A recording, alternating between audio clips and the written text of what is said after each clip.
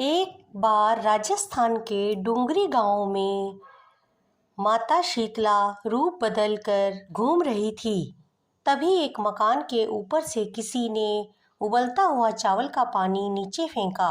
वह पानी माता के ऊपर जा गिरा, जिससे उनके सारे शरीर पर फफोले पड़ गए और उनके शरीर में जलन होने लगी।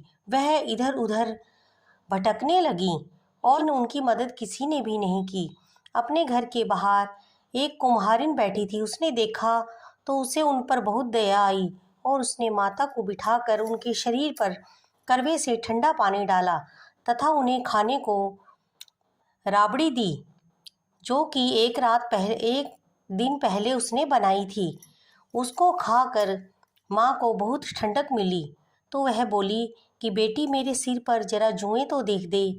जब वह उनकी जुएं देखने लगी तो उसे उनके सिर के पीछे भी एक आंख नजर आई और वह डर गई और भागने लगी। तब माता ने कहा, हे बेटी, तुम डरो मत, मैं कोई भूत प्रेत नहीं हूँ, मैं तो माँ हूँ।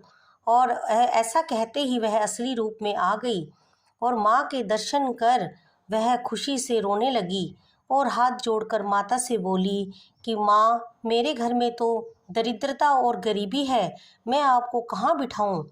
तब माँ घर के बाहर गई और गधे पर बैठ गई और एक हाथ में झाड़ू लिया और एक हाथ में डलिया, और झाड़ू से कुम्हारिन के घर की दरिद्रता को साफ करने लगी। डलिये में इकट्ठा करके उसे घर के बाहर फेंक दिया।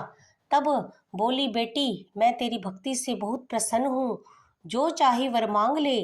तब वह बोली, माँ, आप मेरे गांव में हमेशा के लिए रहिए, और जिस तरह आपने मुझे सुख दिया और मेरी दरिद्रता को दूर किया, ऐसे ही माँ आप सभी जो भी आपकी भक्ति करें और शीतला अष्टमी के दिन आपको ठंडे भोजन का भोग लगाएं, उनकी भी आप ऐसे ही दरिद्रता दूर करना और उन्हें सुख देना।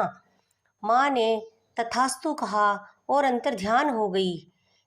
जय शीतला मैया, जय शीतला मैया।